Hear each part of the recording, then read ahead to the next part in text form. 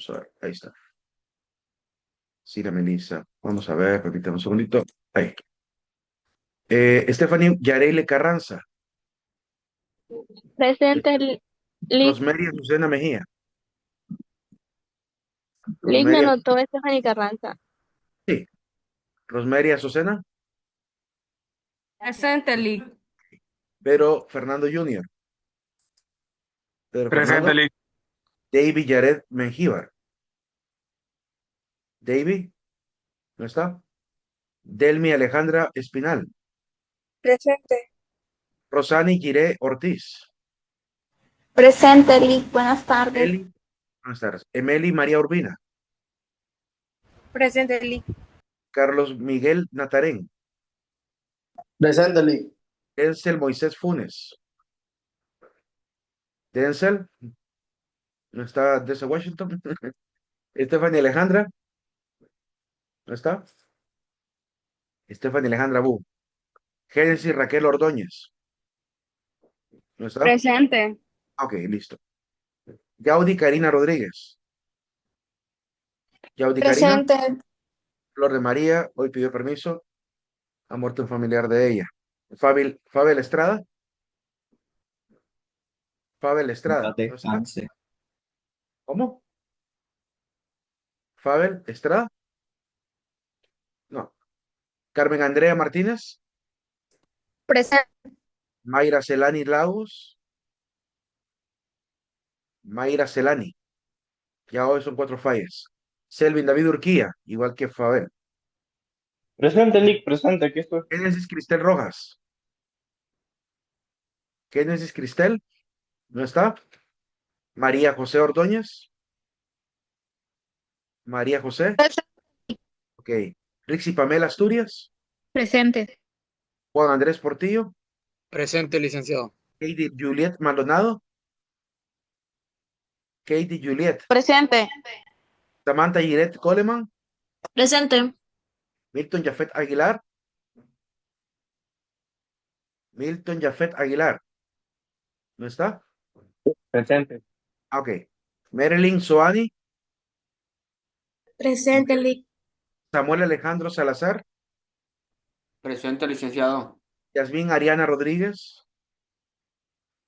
Presente. Shirley Dayan Mejía. Digo, Sevilla. Shirley Dayane, o sea, Sevilla. Presente. Ok. Presente. Ángelo Alessandro Sí, ese Zacapa. vía, Lick. Ok. Ángelo Zacapa. Presente. Cristian Raúl Cruz. Presente, Lee. Laura Cruz. Presente. María Elena Navarrete.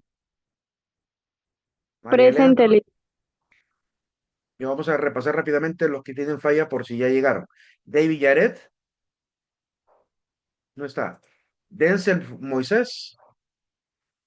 No está. Ángela Bu. No está. Fabel Estrada. Tampoco. Mayra Celani. No está. Génesis Cristel. Ok. Bien. Recordarles que el aula virtual ya está habilitada. Ya pueden utilizar todos los recursos que he dejado por ahí.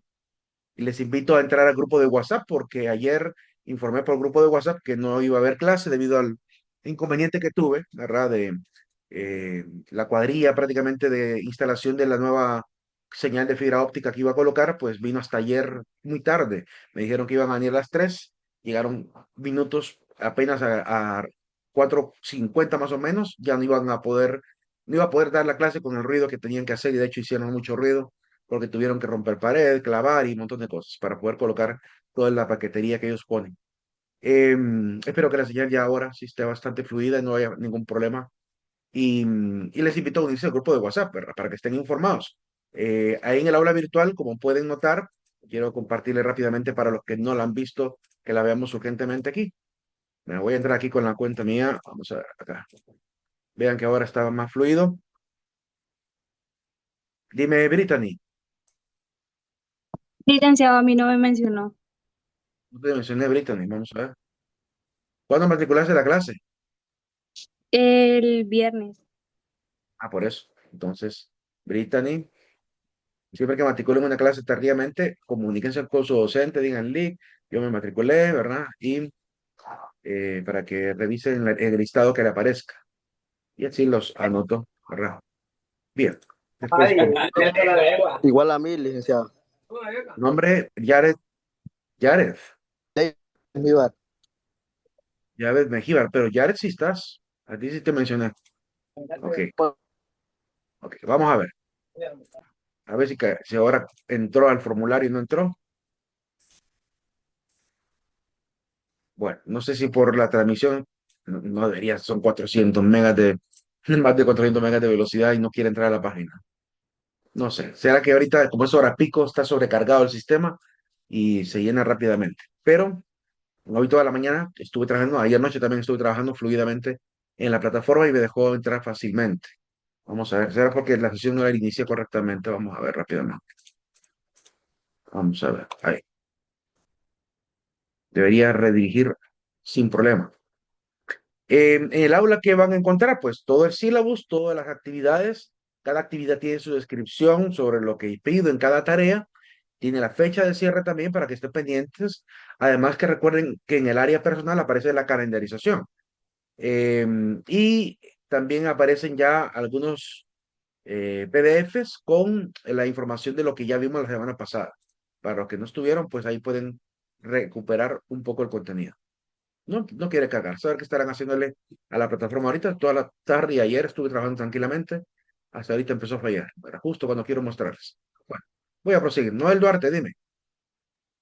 Lo que le quería decir es que yo creo que han habido fallas porque hoy también en el campus, bueno, yo soy de aquí de Danlí, estaban reportando unos compañeros que había fallas con la plataforma de Moodle. Costaba mucho encargar las clases, cargar las tareas, enviarlas e incluso muchos reportaron tener problemas para, bueno, le daban en enviar y después les volvía a salir que no la habían enviado. Entonces yo más creo que es un problema como de saturación o algo así. Sí, probablemente. Probablemente. Yo tenía la percepción de que iba a tener esas dificultades porque esta misma actualización ya la tuve en otra universidad y daba problemas. Eh, Igual cuando hacen una modificación a veces se borran las secciones y todo eso. Pero esperemos que logren estabilizarlo, ¿verdad? Y que no haya problema en adelante, porque el sistema realmente es bueno, o sea, la actualización es buena. No sé qué estará pasando con el tema de la saturación, porque realmente no sé si será una sobrecarga de los servidores, no sé qué estará pasando. Pero realmente la plataforma está bastante muy buena. De hecho, ayer noche trabajé en las clases que me faltaban y terminé 3 secciones rápidamente, copiando y pegando y colocando todos los elementos que había que colocar. Incluso pude respaldar sin problema todo el aula. O sea, pude trabajar en 3 horas de clase, 3 horas de la noche. Prácticamente terminé las aulas completas, como las tendría que haber dejado desde el primer día. Entonces, espero yo que logren darle solución a esto, ¿verdad? Todos los catedráticos, créanme que estamos siempre retroalimentándole a los de ZIT para que ellos vean también, lleven un conteo de las fallas y vean también los letreros también que nos aparecen a los catedráticos para que vean qué es lo que está pasando. Entonces, esperamos que lo puedan normalizar. Lo mismo pasó, ¿verdad? Cuando pasábamos de la parte física a la parte virtual, ¿verdad? Tuvimos una temporadita ahí de adaptación, pero ya después se normalizó muy bien. ¿Verdad? Esperemos que eso vuelva a pasar también. Es cuestión de aprendizaje, ¿verdad? De ensayo de error. Cuando hay un cambio, pues así toca, ¿verdad? Ensayo y error. Bien, vamos a continuar con el contenido de la clase. Estamos viendo el tema, el gran tema, la gran división de la historia dentro de la unidad crisis internacionales. Hoy vamos a ver la parte 4, que es pues las etapas de la prehistoria. Ya vimos un poquito el tema del origen del universo, el proceso de dominización del hombre también. El día de ayer, como dije, no había clase por temas que tuve, mejor dicho. Ya está solucionado, espero que no haya ningún problema aquí en adelante. Bien, las etapas de la historia. Comúnmente, la mayoría de libros de historia reparte la historia o la divide en 2 etapas, la prehistoria y la historia, que tiene que ver con la aparición de la escritura, prácticamente la diferencia entre ambas, ¿verdad? La escritura es la que va a provocar que existan respaldos y a partir de ese momento comienza la historia. Pero en la prehistoria hay una serie de etapas. La edad de piedra que está dividida en la época paleolítica, mesolítica y neolítica. Son 3 etapas. Cada una de ellas, algunos de los libros incluso las subdividen en otras 3. Paleolítico inferior, medio y superior. ¿Verdad? Mesolítico creo que solamente 2. Y neolítico creo que al final, creo que neolítico superior e inferior también. Y luego la edad de los metales, que tiene que ver con tres etapas: la aparición del cobre, del bronce y del hierro. Y de hecho es así, según cuando va apareciendo cada material, hay cambios también culturales. Y después viene la parte de la historia, donde tenemos la historia antigua, media, moderna y contemporánea, con algunas anotaciones que comúnmente algunos historiadores sí señalan, y es que el siglo XV y el siglo XVIII son siglos de transición, siglos importantes, por lo que ocurrió en el siglo XV, que es el descubrimiento de América. Y en el siglo XVIII, que tiene que ver con la revolución industrial, perdón, la revolución francesa, que es lo que va a marcar el siglo XVIII. Así que también se consideran como pequeñas etapas de transición ahí intermedias entre media y moderna y entre moderna y contemporánea. Pero este en generalidad es la distribución que comúnmente podemos notar en la mayoría de libros. Hablemos entonces del paleolítico. La palabra paleolítico son dos palabras, ¿cómo se llama en latín? Paleo viene de palaios en griego, que significa antiguo, y litos tiene que ver con la palabra lito, que significa piedra, como cuando hablamos de los monolitos, es decir, una única piedra. Entonces, lito significa piedra. En este caso, pues la característica primordial del paleolítico, bueno, como son tres etapas, cada etapa tiene su pequeña diferencia. Veamos un poquito cada una de ellas para que logremos ver qué es lo que va a diferenciar. Pero desde ya sabemos que tiene que ver con piedra el tema del cambio. El paleolítico inferior. En este momento la piedra es poco o casi nada, ¿verdad? Tallada. Es decir, que apenas se encuentran piedras que tienen más o menos forma, ¿verdad? Se utilizan como masas, que se utilizan como puntas de lanza, se utilizan como pequeños puñales, sin necesidad de labrarlas tanto, sino que conforme se encuentran en la naturaleza, así son utilizadas. El rango de tiempo del año 3 millones, de hace 3 millones de años hasta hace 250.000 años atrás, el tiempo que se marca del Paleolítico inferior. El tipo de herramientas que se fabricaban, o mejor dicho, que se utilizaban: las puntas de lanza, puntas de pedazos de hueso, ¿verdad? Para utilizarlos como cuchillas y para poder racar la carne también, para poder sacar fibras y cosas por el estilo. Es la época en la que el hombre aprende a cocinar la carne, dice la historia. En este momento el hombre pues aprende a cocinar la carne y hay un crecimiento cultural tremendo. Apenas como se genera este cambio de la carne cruda a la carne cocida, hay una cantidad de proteínas, nutrientes que entran más fácilmente y son más fácilmente aceptados por el organismo. Lo que provoca es pues un crecimiento, perdón, una mejora, ¿verdad? A nivel también de la parte cerebral, ¿verdad? Mejores nutrientes para el cerebro, eso implica un crecimiento también a nivel de la inteligencia. Es la época en la que desaparece el antiguo Australopithecus, es la época en la que aparece el Homo habilis y el Homo erectus, para que tengamos una idea más o menos con los rostros de la hominización que vimos anteriormente. En el Paleolítico Medio, no se preocupen si vamos un poco rápido, recuerden que todas estas diapositivas estarán en los fascículos que iré liberando cada semana, ¿verdad? Por si voy un poquito rápido. Cualquier pregunta, pregunten, ¿verdad? Cualquier situación y la vamos respondiendo en el camino. En el Paleolítico Medio, lo que ocurre del año 250.000 al año 30.000, pues aquí se mejora la piedra, es decir, se pulimenta un poquito más. Las herramientas, como pueden ver, son un poco más talladas, ya con cierto objetivo de uso, ¿verdad? Con cierta función. Es el momento en que el hombre aprende a utilizar la hoguera para poder tener incluso dentro de las cuevas, colocando piedras alrededor. Es la época de los concheros funerarios, es decir, las primeras sepulturas. Y en este momento desaparece el Homo erectus, aparece el neandertal, y según la enciclopedia Mondo Agustini, quiero platicarles, esta enciclopedia que está aquí, la enciclopedia multimedia, es una enciclopedia que narra cómo fue que el hombre aprendió a utilizar el fuego, que tiene que ver con la etapa anterior y esta. Y según la teoría, dos posibilidades: o lo encontró de manera fortuita de repente un relámpago que incendió la pradera o incendió un árbol, o lo provocó. Quizá al estar moviendo tantas piedras para poder construir cosas o mover cosas, o alguna piedra que resbaló, pegó un chispazo y encendió, digamos, la pradera. Sea como sea que el hombre haya encontrado el fuego, lo cierto es que como ya habíamos pasado a la etapa del Homo habilis, el hombre claramente ya podía utilizar las varas para tocar los nuevos fenómenos. Y con la misma vara, pues seguramente intentaron tocar aquel elemento, ¿verdad? Que es el fuego, y en algún momento la misma vara se prendió fuego. Así aprendieron a utilizarlo y a moverlo de lugar a lugar. Claramente Algunas de las cosas que van a considerar es qué tipo de material es aquel, ¿verdad? Lo mandaron los dioses, de dónde vino, un montón de teorías o especulaciones que también se hacen a nivel de historia de cómo pudieron haber interpretado los primeros hombres el uso de este material. Prosiguiendo. Como dije, el cocinar alimentos hace que el cráneo humano también pegue un salto evolutivo tremendo. Es decir, la mandíbula se retrae, el cráneo crece, ¿verdad? Aumenta la masa encefálica y claramente, como ya cocina la carne, no ocupa tanta dentadura hacia afuera, por lo cual la mandíbula se vuelve más cuadrada, ¿verdad? El cráneo es mucho más grande para permitir el crecimiento también del cerebro. Eso le hace también ser un ser más inteligente. Por eso, muy pronto, en la siguiente etapa, veremos un poquito más de avances culturales. Hasta el año 30.000 más o menos, de la etapa del Paleolítico Medio. Paleolítico Superior, desaparece el neandertal y conviven casi de manera simultánea el Cromañón con el Homo sapiens. En este momento, del año 30.000 al año 10.000, estamos en la época prácticamente de las grandes construcciones.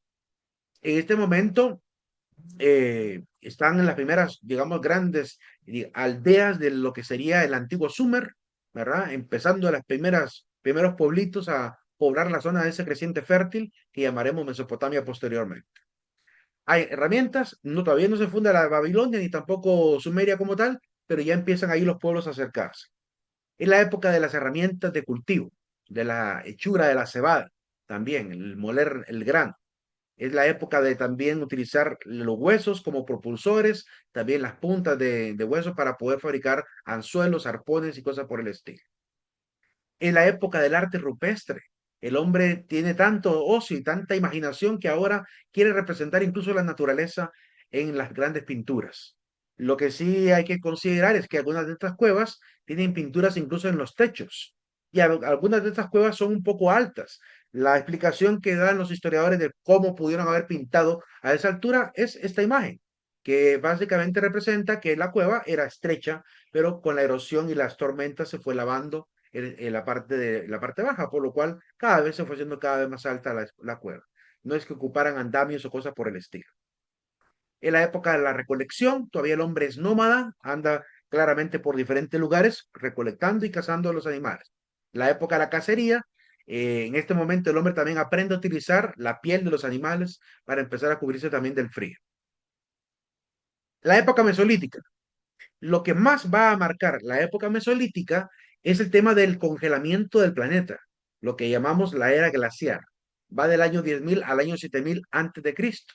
Según los científicos, ¿verdad? Este es el último periodo glaciar que ha visto la humanidad, porque para este momento ya hay seres humanos, claramente. Así que hay nueva adaptación, nuevos tipos de mamíferos, se empieza a descongelar también la Tierra, ya casi terminando este periodo, y más o menos así se tendría que haber visto la Tierra, según las estimaciones, de hasta dónde pudo haber llegado el hielo. Esto permitió que los diferentes pueblos pudieran migrar a cualquiera de los continentes por la parte superior o inferior de los polos. Es decir, pudieron haber pasado caminando tranquilamente desde España hasta Groenlandia, de Groenlandia hasta Canadá fácilmente. O por el otro lado, podrían haber pasado desde Rusia hasta el estrecho de Bering, derecho de Bering hasta pasar evidentemente para Alaska y para abajo. Igual abajo, ¿verdad? Pasar por toda Oceanía, caminando tranquilamente a la Antártida para llegar hasta la zona sur de Chile.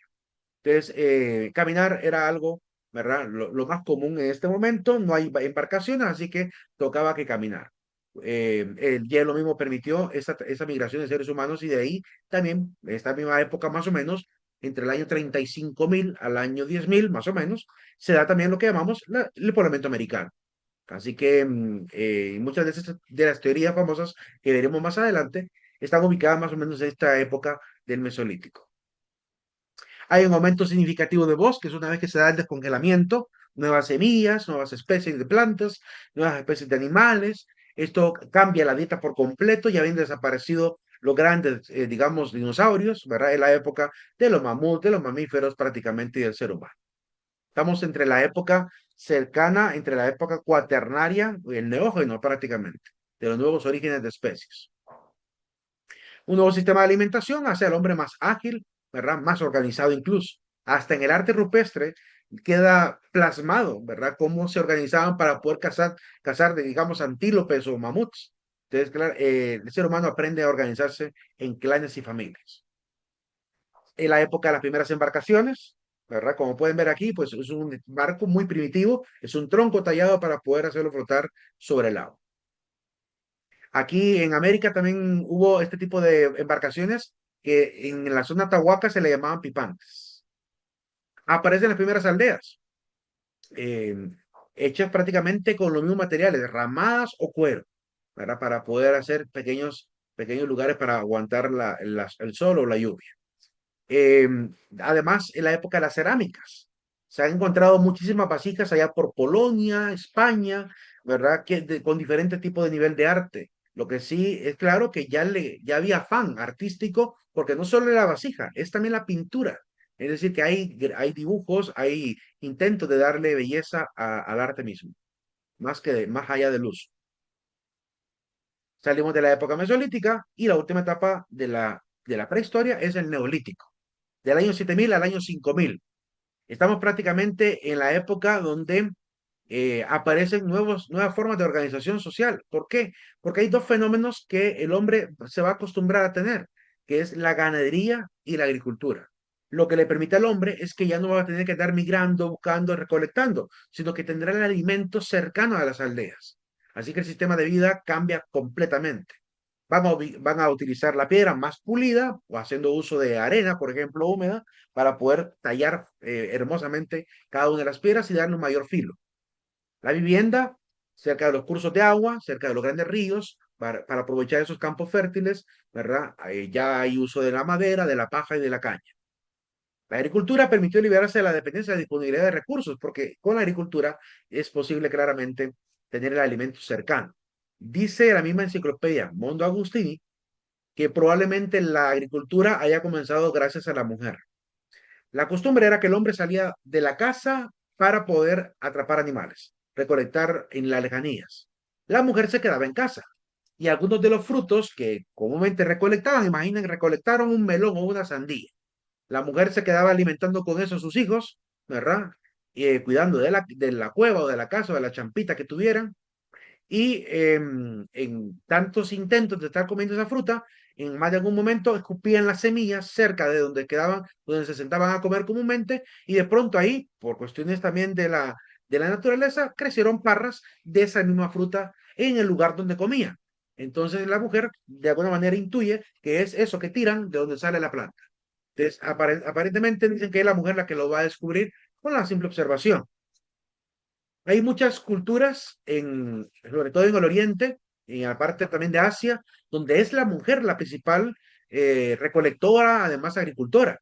En los campos de arroz, por ejemplo, de China, son las que comúnmente se dedican a ello.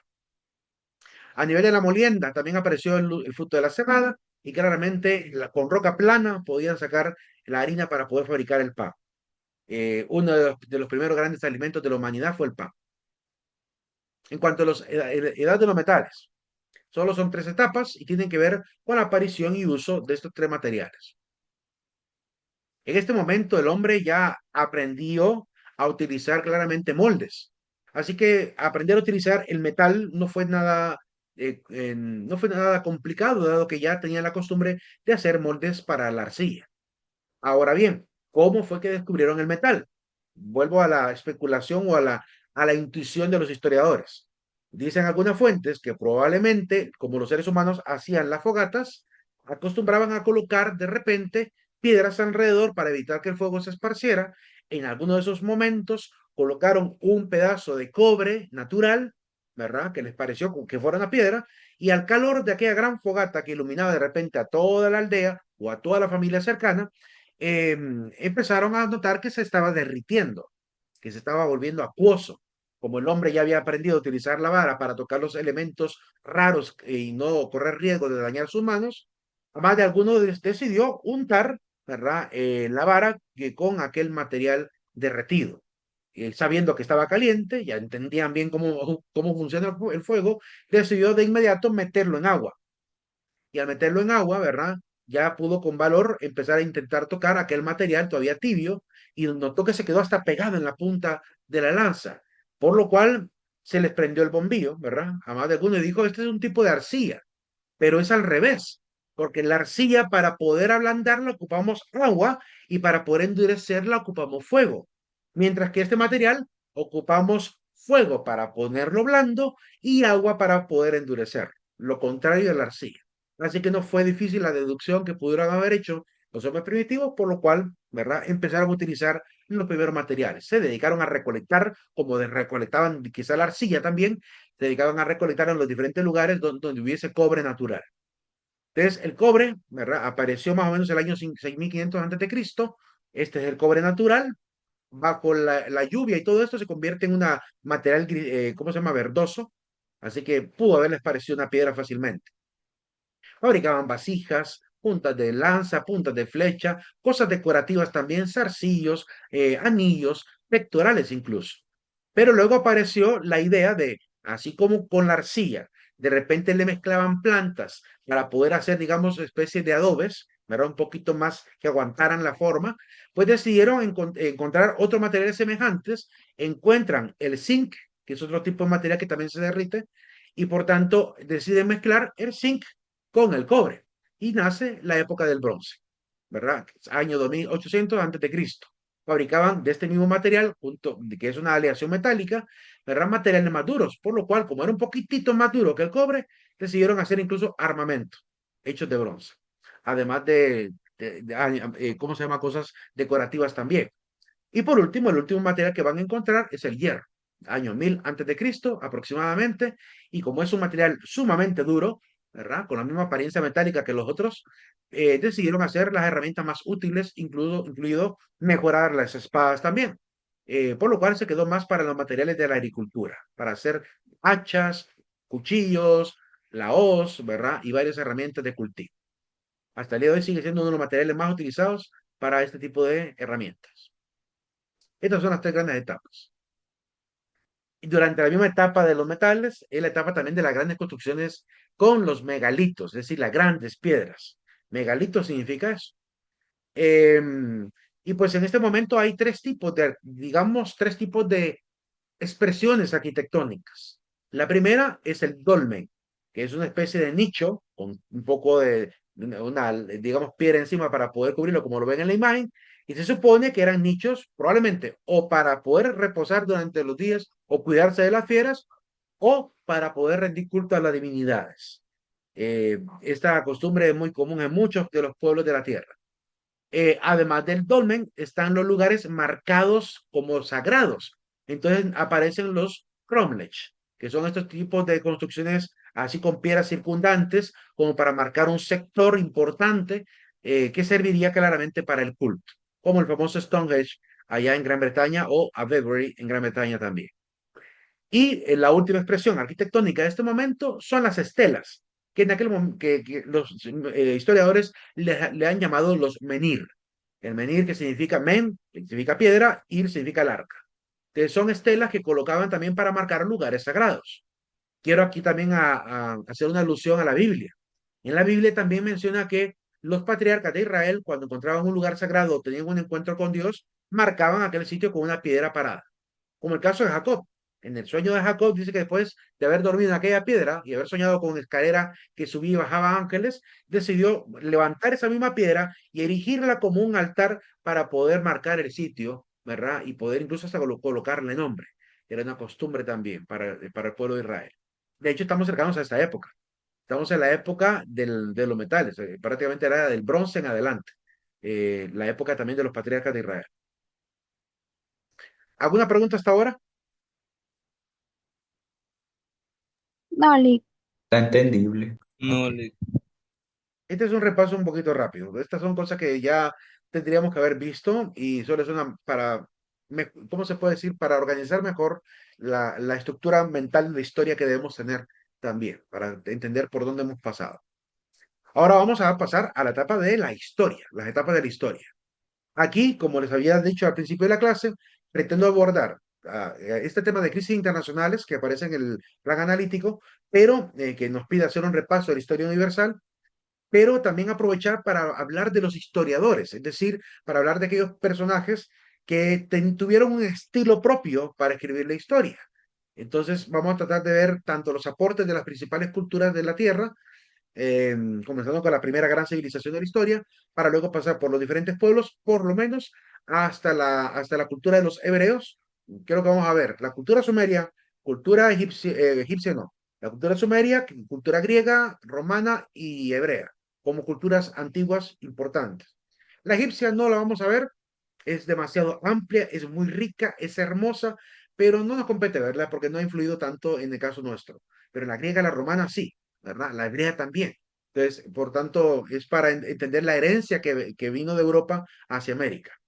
Em, Tuvimos más influencia árabe que egipcia, para que entendamos realmente por qué no es importante verlo también. Lo había considerado como parte de las civilizaciones verlo también. De hecho, creo que en una ocasión sí pude explicar algunas cosas de la cultura egipcia y miramos un poquito todo el tema de la momificación y todos estos detalles, pero decidí omitirlo porque dije, no está tan cercana a nuestra historia, ¿verdad? Que es la historia latinoamericana. Así que mejor la herencia europea de Grecia para acá. De los sumerios, porque es la primera civilización, porque claramente hay que ver también qué cosas vieron ahí por el año 4000 del año 4000 al año 3000 más o menos, que aparece la gran civilización de los mesopotámicos o los babilónicos, los sumerios y todas las culturas que están al sur de Mesopotamia, como Lagash, como Ur, como, ¿cómo se llama? Caldea, todas estas regiones. Em, y después de ver a los hebreos, pasaremos a la era cristiana para ver la historia medieval, la historia moderna y contemporánea, ¿verdad? Eso es lo que pretendo que veamos de aquí en adelante. Los sumerios, la primera gran civilización de la historia, aparecen en esta región que llamamos el creciente fértil. Los historiadores le han llamado así a esta región que está desde el Golfo Pérsico, toda la zona de los dos grandes ríos, Tigris y Éufrates, la región también de allá por Asiria, Siria, Palestina, o Israel, mejor dicho, hasta llegar a Egipto. Toda esa zona que va desde el Golfo Pérsico, que está ahí por el Tigris, para toda parte hacia abajo, toda la parte norte hasta bajar nuevamente aquí por el Mediterráneo hasta ir a Egipto. A toda esa región le llamaron creciente fértil, porque en aquel momento permitió que la gente se quedara a vivir ahí. Había mucha, quizá antes de toda la erosión, desertificación del lugar, pues claramente era un lugar para vivir, ¿verdad? Estaba bien irrigado por estos dos grandes ríos, aparentemente según la Biblia eran cuatro, ¿verdad? Ya les digo por qué digo la Biblia. Y claramente el río Jordán, ¿verdad? El mar de Tiberíades, todos estos lagos que se ven ahí al norte, permitieron que la gente pudiera vivir en estas regiones. Es lo que llamamos también en la ubicación de los principales reinos. El reino babilónico casita, el reino mitani, el reino hitita y el reino de Egipto. Son los principales reinos antiguos que marcan esta región que llamamos el creciente fértil, ¿verdad? Esta zona verdosa que he pintado ahí. Pero vamos a hablar un poquito de ese pueblito que dio origen al reino babilónico. Una expresión de la cultura babilónica son las grandes construcciones, los sigurats. Hay algunas teorías un poquito interesantes. Cuando uno mira, por ejemplo, el arte de los sumerios, el arte de los hindúes, am, bueno, mejor dicho, de los indios, porque ahí sí sería adecuadamente decir que son indios, porque son de la India. Cuando uno mira estos grandes templos y estructuras y los compara con los de América, pues como que nos da la sensación de que pareciera una copia, ¿verdad? Es decir, se parecen un poquito. La idea de crear graderías, generar mastabas como en Egipto, eso nos da la sensación, porque también aquí en América, tanto los aztecas, mayas, incas, ¿verdad? Hacían también ese tipo de estructuras. Probablemente puede ser dos posibilidades. Una, o la misma población americana ya traía esa herencia, cosa poco probable porque estamos diciendo que las primeras poblaciones americanas vinieron por el año 35 a 32. Si incluso hubo uno que dijo que por el año 50.000, y para ese momento todavía no había mastabas en Egipto, no había grandes esculturas tampoco ni arquitectura allá en la India. Entonces, claramente es poco probable.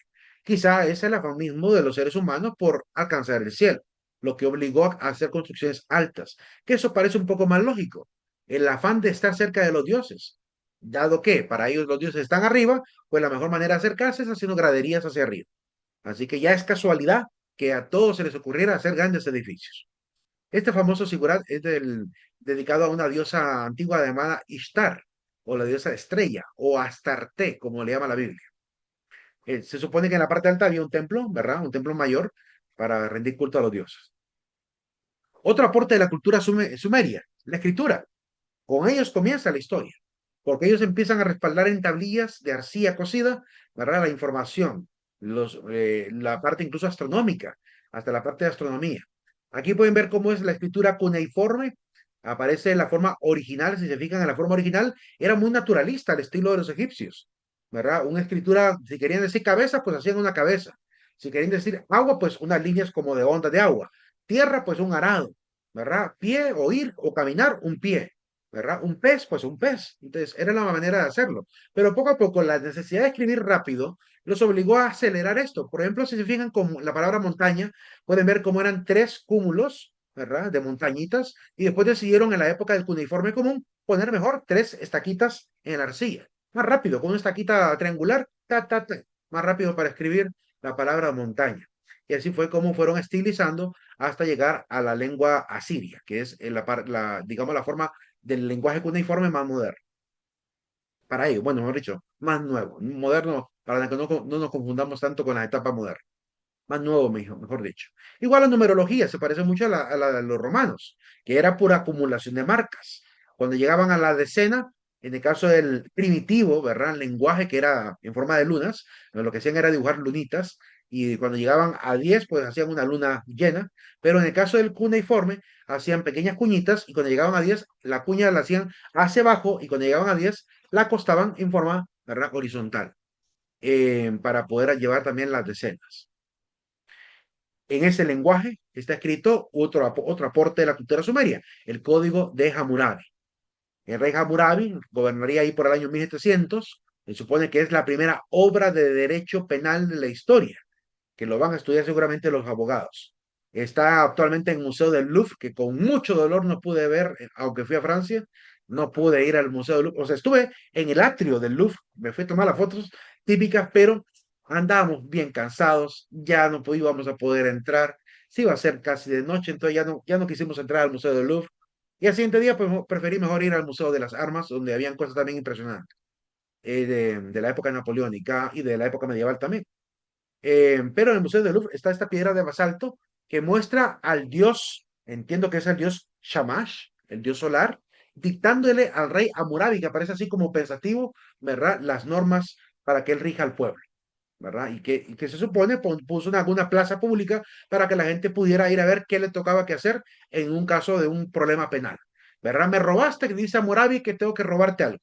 Me pegaste, pues yo también tengo que pegarte con el mismo nivel de proporción, porque prácticamente el derecho penal de este código tiene como premisa el hecho de hacer justicia, dando a cada uno según lo que merece, o la famosa ley del talión, ojo por ojo, diente por diente, que también es una herencia que aparece en la Biblia. De hecho, la Biblia copió del código de Hammurabi este principio famoso de la ley del talión. Otro aporte importante de la cultura sumeria, la moneda. Es la primera época en la cual se hace uso de la moneda.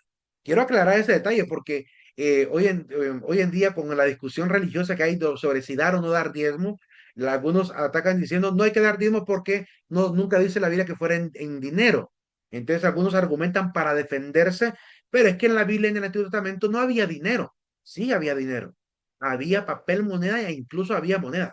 Sobre todo monedas inicialmente. Por lo menos Israel conoció las monedas. Ya en China también se hizo papel moneda. Pero originalmente lo que es Sumeria, la parte palestina, Siria, todos ellos utilizaron monedas acuñadas, a veces con la imagen de los dioses, a veces con los reyes, ¿verdad? Se supone que el primer gran rey o conquistador de Sumeria es Sargón, perdón. Otro aporte importante, el uso de la rueda. Esto permitió que el pueblo sumerio se expandiera rápidamente. Incluso dominaron una gran región, que como ustedes vieron es bastante grande en realidad. El uso del arado, ¿verdad? Comienza el uso del arado, pero también por la necesidad de poder llevar el agua a lugares cada vez más altos por los sigurats que comúnmente tenían que llevar, colocar decoraciones de palmeras, plantas. Entonces también hicieron otro aporte, la irrigación artificial, utilizando ruedas para poder levantar el agua a niveles más altos. Ese es un sistema que ellos pusieron en práctica y que todavía hasta el año 1900 se puso en práctica en Estados Unidos. En las riberas del río Mississippi, era la manera como retenían el agua para poder guardar para las casas. Otro aporte importante, los conocimientos astronómicos. Fueron los sumerios los que descubrieron los primeros 5 planetas. A cada planeta le dieron el nombre de un dios, de una de sus divinidades, además que dedicaron un día de la semana para cada uno de estos, ¿cómo se llama? Divinidades. Esa es la razón por la cual cada día de la semana tiene un nombre de un planeta. Lunes, Luna. Martes, Marte. Miércoles, Mercurio. Jueves, Júpiter. Viernes, Venus. Sábado, Saturno. Y el domingo, que era para el dios Shamash, el dios solar. Así que es el día del sol. Por eso los romanos al domingo le llamaban dies solis, el día del sol, ¿verdad? Porque así se llamaba desde el mundo antiguo. Y claramente quedaron estas tablillas como prueba de sus conocimientos astronómicos. Los mayas también fueron grandes expertos en astronomía y hay varios códices también y algunos, ¿cómo se llama? Mapas estelares que ellos también dejaron. El sistema de contabilidad de los sumerios es el sistema basado en 60. Se le llama sexagesimal.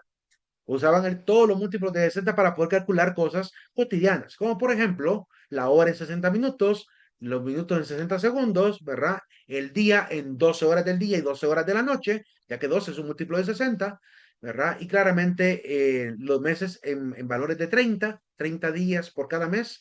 Después se va a cambiar todo lo a 30, 31 y 28, pero inicialmente eran 30 días. Incluso este mismo sistema es el que permite que calcularan también los días del año, basándose en las 360 divinidades que tenían ellos, porque multiplicaban 12 casas zodiacales por 30 divinidades. Así que obtenían prácticamente un año de 360. Y los 4 días restantes, y a veces 5, lo que hacía es que celebraban un mes extra como algo litúrgico, es decir, algo religioso. Igual que los mayas tenían un calendario solar y un calendario lunar, y también tenían un wayep, le llamaban ellos, que era para la parte, digamos, ceremonial. Era como días de festividad para poder mantener los meses en valores, ¿verdad? Equitativos, ¿verdad? En el caso de los mayas eran 18 meses de 13, ¿qué ver? Eran 18 meses de 13 días, no recuerdo muy bien, o 20 meses de 13 días, no recuerdo muy bien. Ya lo recordaré. Entonces, básicamente ese es el sistema que tenían. Dicen algunos que ese calendario era bastante exacto, ¿verdad? Pero claramente los romanos impusieron también su calendario y por eso nos quedamos en gran medida por una buena parte del tiempo con el calendario del emperador Julián, ¿verdad? Que después hablaremos de eso. Aquí pueden ver lo de la contabilidad, ¿verdad? Cuando llegaban al 10, acostaban el número, 11, ¿verdad? Una cuña acostada y otra vertical. 20, dos acostadas, 3 acostadas, 30, y así cada una en forma siempre geométrica, tratando de colocarlas una debajo de otra o a la par en forma de triángulo. El primer abaco que utilizaron los sumerios fueron los dedos de la mano, específicamente las falanges, ¿verdad? Cada parte de esta se llama falange, falangete, falangita, falangina. Entonces, claramente, ¿cuánto podían contar? Si llegaban de aquí 3, 6, 9, 12, cuando llegaban al 12, levantaban el siguiente dedo de la otra mano para obtener 12, 12, 24, 36, 48, 60. Lograban contabilizar hasta 60 y hacer multiplicaciones, restas y ¿cómo se llaman? Sumas basadas en el número 60, utilizando las manos rápidamente. Un sistema parecido todavía hay en algunas de las culturas de Asia. Ustedes no sé si han visto en internet a los niños haciendo cálculos matemáticos con los dedos, así rapidísimo, como que fuera un abaco, ¿verdad? Prácticamente utilizan un abaco imaginario para poder hacer esa contabilidad. Y los dedos sirven para mantener el ritmo, ¿verdad? Y no perderse en la contabilización. Algo parecido era el nivel también de contabilidad que tenían también los sumerios. Así que se volvieron expertos en matemática en realidad. El sistema mensual para calcular qué día era 31, qué día 30, pues dicen que utilizaban también los nudillos y la parte honda. La parte honda 30, 31 la parte del nudillo, para calcular así cada uno de los días que tenía cada uno de los meses. Sobre todo los romanos aprendieron esto y lo utilizaron por mucho tiempo, ¿verdad? Pero apareció supuestamente desde la época sumeria. El uso del bote de vela. Eh, no fueron grandes navegantes como los griegos, pero el uso del bote de vela claramente fue un gran avance para por lo menos dominar el Golfo Pérsico y los grandes ríos Tigris y Éufrates. Los que van a dominar prácticamente la zona del Mediterráneo a nivel naval van a ser los egipcios y los griegos. La metalurgia. Como estábamos en plena época de los metales, son ellos los que volvieron ese arte en algo cada vez más exquisito. No solamente es por la utilidad del metal, sino también por el arte mismo, la belleza del mismo. Incluso para poder enterrar a sus reyes, les colocaban cascos mortuorios, como el caso del casco del rey Darío, el padre del rey Jerjes, ¿verdad? Que es un casco sumamente tallado. Otro aporte, la graduación del círculo en 360 grados. Como ya había mencionado, 12 casas zodiacales multiplicado por 30 divinidades que tenían, daba 360 divinidades, por lo cual dividían así, ¿verdad? Y se ha servido de mucho para la geometría, el uso del compás o transportador, como le llamamos hoy en día. Sobre todo el transportador. Bien, ¿alguna pregunta sobre los sumerios? Recuerden que es un repaso rápido de las grandes culturas de la historia. ¿Alguna pregunta? ¿Qué dato de lo que hasta ahora he dicho no lo conocía? ¿Cuál dato hasta ahora no sabían que era de los sumerios? Ya terminó el tiempo. Para mí se me fue rápido el tiempo, no sé ustedes si los dormí, espero que no, ¿verdad? Espero que no, espero que estén atentos, pero ya se nos fue el tiempo. Cualquier duda que tengan, pues pueden preguntarme también por el grupo de WhatsApp sobre las tareas también pendientes de la plataforma. Antes de preguntarme a mí cómo es cada tarea, vayan a la plataforma, lean la descripción. Si aún con la descripción no se comprende qué hay que hacer, ahí sí pueden preguntarme. Me pueden decir, Lick, yo leí la descripción y no entiendo qué es esto, ¿verdad? Con gusto les explico. Pero háganme el favor de bajar el sílabus, leer las instrucciones para no correr el riesgo de perder su puntaje. Y por favor, únanse al grupo de WhatsApp, que solo habían como 19 de casi, ¿cuántos son en total? Como 40 y pico, ¿verdad? Y eso claramente me preocupa que no estén en el grupo. Son prácticamente 50, son 44. Y hasta ahorita yo había contabilizado en el grupo el día de ayer solamente 19. Eso me preocupó muchísimo. Así que únanse al grupo de WhatsApp. Por ahí estaré mandando avisos. Que pasen feliz Lick, tarde. es que yo no puedo entrar al grupo de WhatsApp porque no puedo entrar a Moodle todavía. Vamos a ver. Si quieren, espérenme un segundito. Aquí por Zoom. Les voy a mandar al chat. Los demás ya nos podemos retirar. Sí, los que ya están en el grupo se pueden retirar. Les voy a mandar el enlace para que se puedan unir al grupo de Feliz WhatsApp. tarde, Lick. Buenas noches. Nos vemos. Nos vemos a todos los demás. Ahorita les mando el enlace aquí por el grupo de Zoom. Vamos a ver. Historia de las 5. Permítame un segundito. Acá. Miembros. Añadir. Copiar enlace. Chat. Ok. Con este enlace se pueden unir al grupo de WhatsApp si no se han unido. Sobre el logo que tenían que poner en las portadas. Eso está en el aula de Moodle, ¿verdad? Ahí en el Moodle lo pueden tener, pero si quieren también, quiero que aquí se puede compartir. Vamos a ver si puedo compartirlo por acá. Ya vamos a ver, permítame un segundito. Si puedo compartir el logo por acá, si no, únanse al grupo de WhatsApp, que por ahí se los mando. El logo oficial. Feliz tarde a todos, nos vemos mañana. Gracias, igual.